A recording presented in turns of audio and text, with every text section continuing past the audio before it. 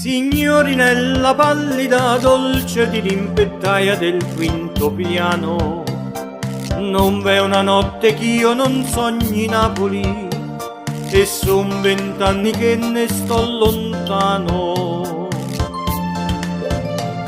Al mio paese nevica, il campanile della chiesa è bianco, tutta la legna è diventata cenere, io ho sempre freddo e sono triste e stanco.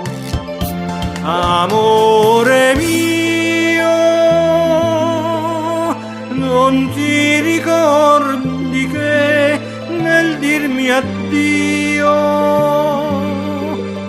mi mettesti all'occhiello una pansè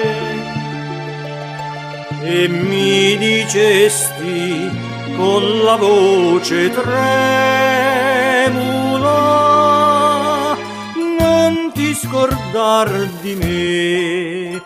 Bei tempi di baldoria, dolce felicità fatta di niente, brindisi coi bicchieri colmi d'acqua al nostro amore povero innocente. Negli occhi tuoi passavano una speranza, un sogno, una carezza. Avevi un nome che non si dimentica, un nome lungo e breve, giovinezza. Il mio piccino, in un mio vecchio libro di latino, ha trovato, indovina, una pansè,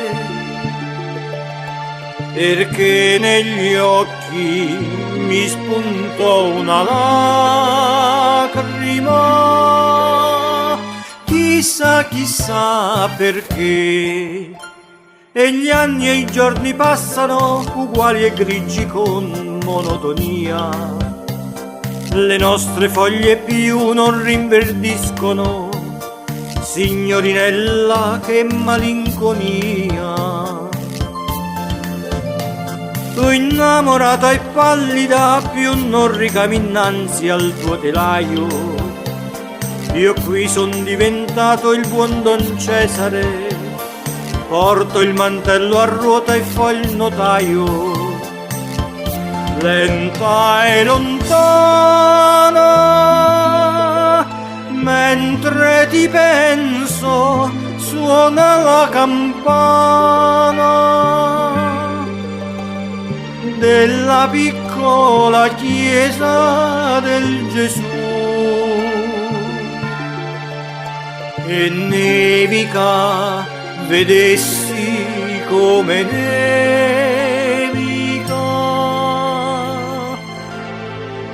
ma tu